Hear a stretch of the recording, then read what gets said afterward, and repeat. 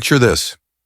It's a sweltering summer day in 1912, deep in the heart of Louisiana. A family is enjoying a quiet afternoon by a lake, fishing poles in hand, kids splashing around, the kind of day that feels like it could stretch on forever.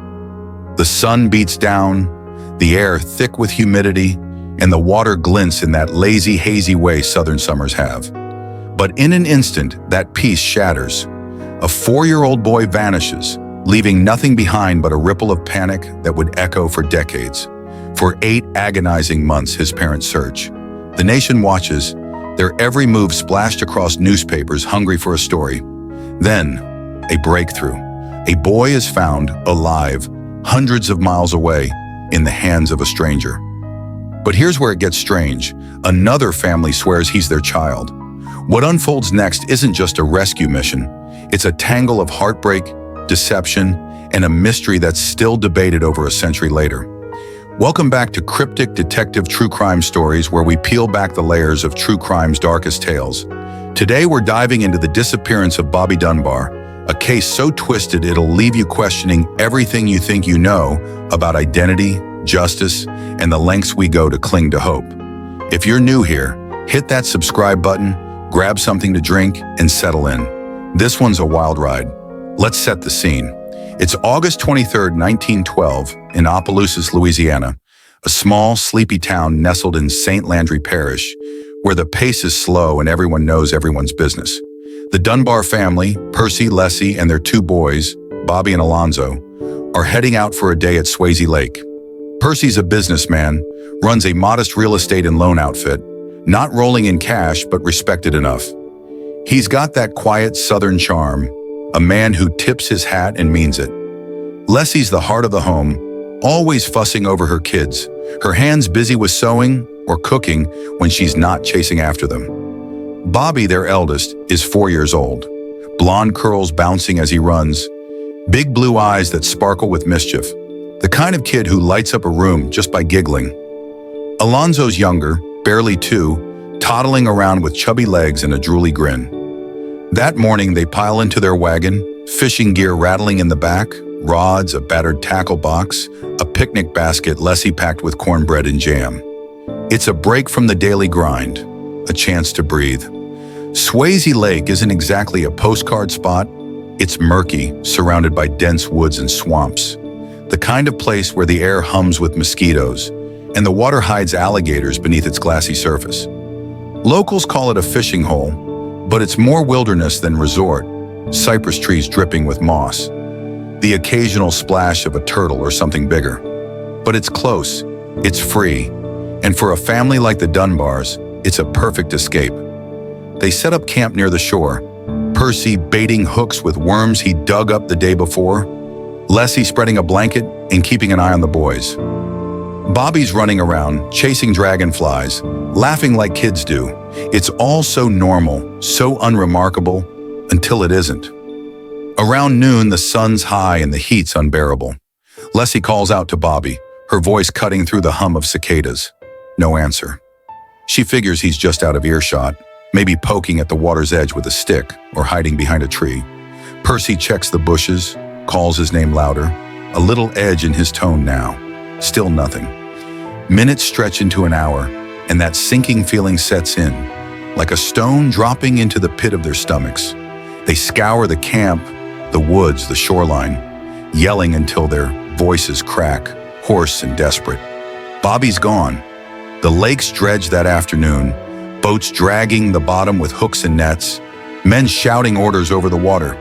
But there's no body, no clothes, no trace, just the endless murk staring back. Percy tells a reporter later, his face ashen, "It's like the earth swallowed him whole." Leslie's inconsolable, clutching Alonzo so tight he squirms, her eyes red and wild. Word spreads fast in Opelousas. Neighbors drop their chores, farmers leave their fields, even strangers join the search, combing the swamps with lanterns as night falls. Flyers go up on every pole and porch. Missing, Bobby Dunbar, age 4, blonde hair, blue eyes, last seen at Swayze Lake. The reward starts at $1,000, then climbs to $5,000. Big money in 1912, enough to turn heads and draw bounty hunters from miles around. Newspapers pick it up fast. Headlines screaming across Louisiana, "Boy vanishes in broad daylight."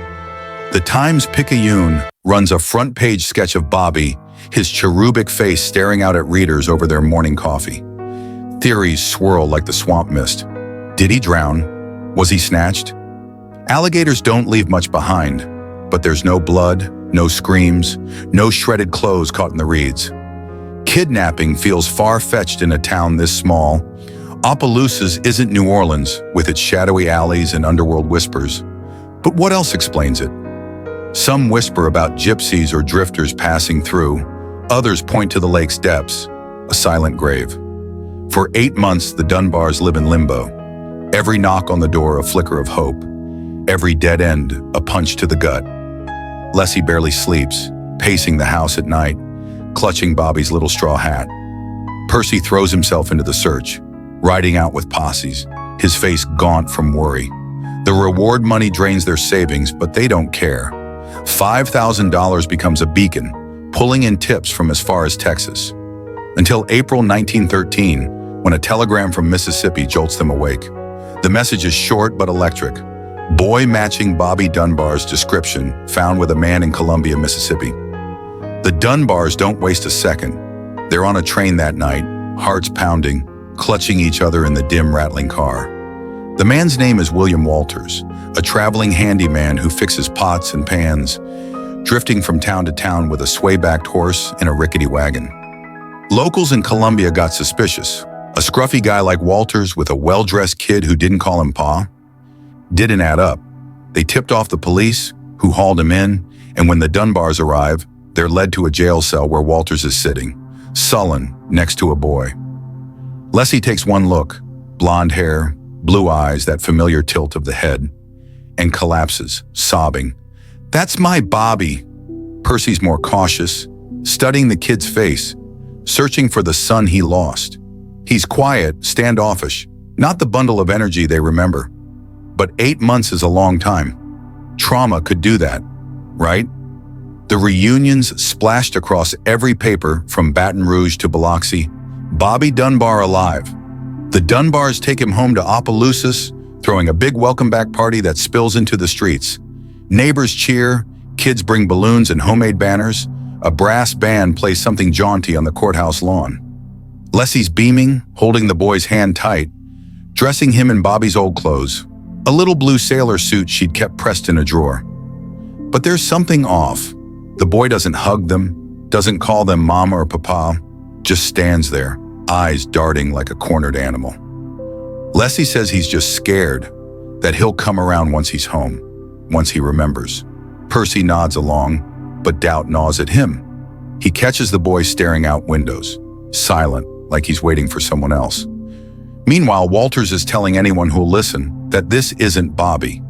Locked in a cell, he bangs on the bars, shouting to reporters that the boy's name is Bruce Anderson, son of a woman named Julia Anderson from North Carolina. According to Walters, Julia gave him Bruce over a year ago because she couldn't afford to keep him. Single mom, no husband, working as a field hand for pennies a day, her life a string of hard choices. He'd been caring for the kid ever since, feeding him, teaching him to whittle sticks by the campfire. Long before Bobby went missing. The police aren't buying it. They've got Walters dead to rights, caught with a kid who matches the flyers down to the blonde curls. He's charged with kidnapping, facing a lifetime behind bars if the gavel falls wrong. But cracks start showing in the story. People in Mississippi, store clerks, preachers, a widow who fed them soup, say they saw Walters with the boy months before August 1912, swearing he wasn't some fresh-caught runaway. Then Julia Anderson enters the fray. She hears her son's name in the papers, reads the headlines in a borrowed copy of the Raleigh News, and catches a train to Louisiana, penniless but determined, her hands trembling as she clutches a faded photo of Bruce. When Julia gets to Opelousas, the Dunbars let her see the boy. But it's no warm welcome. It's tense. Cameras flashing like lightning, reporters scribbling furiously, townsfolk craning their necks outside the sheriff's office. Julia kneels down, tears streaming down her weathered face, and whispers, "Bruce?" "It's Mama." The boy stares back, blank-faced, his hands limp at his sides. She hesitates, says he looks different, older, thinner, maybe coached to stay quiet. Her voice cracks as she begs him to say something, anything. The Dunbars stand firm, Leslie clutching the boy's shoulder, insisting he's Bobby. They point to a scar on his foot from a nail he stepped on at 3, a birthmark on his leg shaped like a crescent moon. Proof, they say. Julia counters that Bruce had marks too. A burn on his ankle from a spilled kettle, a scratch that never faded. It's a standoff, two mothers locked in a battle of memory and desperation, and the truth feels further away than ever. By May 1913, this is a full-blown spectacle. William Walters' trial is standing room only. Reporters from New York, Chicago, even Europe crammed into the Opelousas courthouse, their pencils flying as the drama unfolds. The Dunbars are the golden couple, grieving parents turned heroes, their story tugging every heartstring. Walters and Julia? They're the villains, poor, unpolished, easy to dismiss in a world that judges by appearances. The prosecution's case is simple. Walters snatched Bobby from that lake, got caught red-handed, end of story. Leslie takes the stand, voice steady despite the tears, swearing she'd know her son anywhere. "A mother's heart doesn't lie," she says, her hands clasped like she's praying. The jury eats it up, nodding along as she dabs her eyes with a handkerchief. Percy backs her up, showing off photos of Bobby. Same hair, same eyes, same dimple when he smiled, though no one's seen that smile since he came back. But Walter's lawyer fights back, and he's got grit. He calls witnesses from Mississippi, shopkeepers, farmers, a one-eyed blacksmith who saw Walters with the boy in early 1912, months before Bobby vanished. A woman in a faded bonnet testifies he called him Bruce, treated him like kin, bought him a peppermint stick once. Another man, a preacher, says he baptized the boy as Bruce Anderson in a creek the year before. Julia's turn is brutal. She's shaking, dressed in patched clothes that hang loose on her thin frame, telling the court how she gave Bruce to Walters because she couldn't feed him. She'd been picking cotton, her hands bleeding, earning scraps while her boy went hungry. She lists his quirks, how he loved cornbread with molasses, how he'd hum Rock of Ages to himself when he was sleepy. Her voice breaks as she recalls kissing him goodbye, promising she'd come back when she could. The Dunbar's lawyer rips into her. "You abandoned your child, didn't you? Left him with a drifter and called it love. How can we trust you now?" The crowd jeers. She's a fallen woman in their eyes, unworthy of pity or belief. Then comes the curveball. A doctor, spectacled and stern, examines the boy's foot. The scar Leslie swore was Bobby's from a toddler tumble years back. But the doc says it's fresh, maybe a year old, not 4. Clean-edged, not weathered like an old wound. Murmurs ripple through the room, a wave of gasps and whispers. The defense pounces. If this isn't Bobby's scar, who is this kid? Did the Dunbars grab the wrong boy? The prosecution shrugs it off. Kids get hurt, scars fade, it's nothing, they say. But doubt's creeping in, thick as the swamp fog, and the jury's faces show it. Eyes narrowing, lips tightening. The jury deliberates for hours, 6 to be exact, locked in a stuffy room, arguing past midnight. When they return, the foreman's voice is flat. Guilty. Walters is sentenced to life, shackled and led away, as the crowd murmurs approval. Julia's escorted out, wailing, her cries echoing down the courthouse steps as the Dunbars take the boy home, their victory bittersweet. Leslie hugs him tight that night, whispering, "You're safe now, Bobby."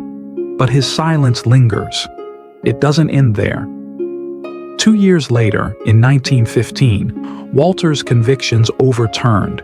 Some legal hiccup about jury instructions being misread. He walks free, a ghost of a man, disappearing into the Mississippi backwoods. The boy stays with the Dunbars, though. Leslie and Percy raise him as their own, enrolling him in school, teaching him to fish like Percy did with Bobby. Julia fades into obscurity, a broken shadow drifting back to North Carolina, her fight lost to time. The boy grows up as Bobby Dunbar, marries a local girl in the 1930s, has kids of his own, lives a quiet life working as a mechanic. But whispers linger in Opelousas, passed down like folklore. Was he really Bobby?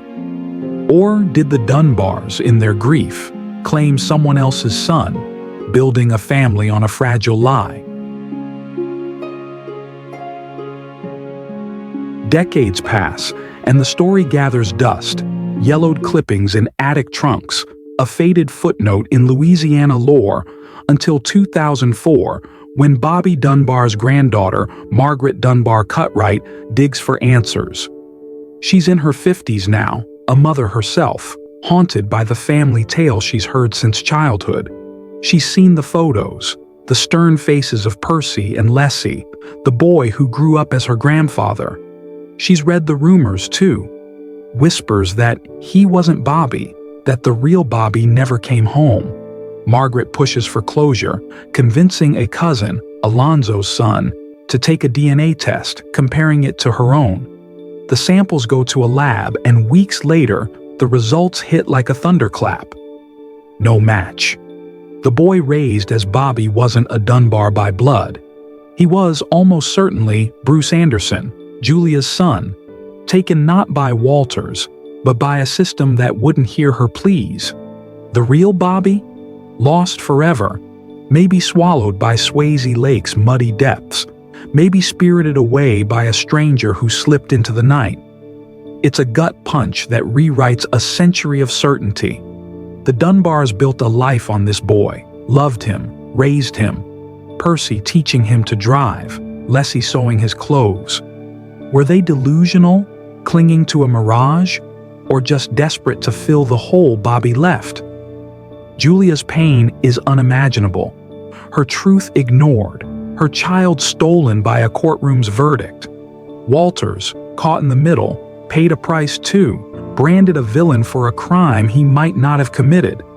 And that little boy, Bobby or Bruce, lived a lie he never chose, caught in a story bigger than himself. So, what do you think? Did the Dunbars know deep down that he wasn't Bobby? Or were they so blinded by hope they couldn't see the truth staring them in the face? Could Julia have fought harder, rallied more support, or was she doomed from the start against a world that didn't care? And what about that little boy? Did he ever wonder who he really was? Or did he bury those questions to survive? This case leaves us with more shadows than answers, and that's what makes it stick. Drop your take in the comments below. I read every single one, and I love hearing your theories. If this story hooked you, smash that like button, subscribe, and hit the bell so you don't miss what's next. We've got more mysteries coming your way. Tales of the lost, the found, and the truths we bury deep. Maybe next time we'll uncover a case closer to home, or dive into another twisty saga from the past. Either way, I'll be here, peeling back the layers for you. Until then, stay curious, keep questioning, and I'll catch you in the next one.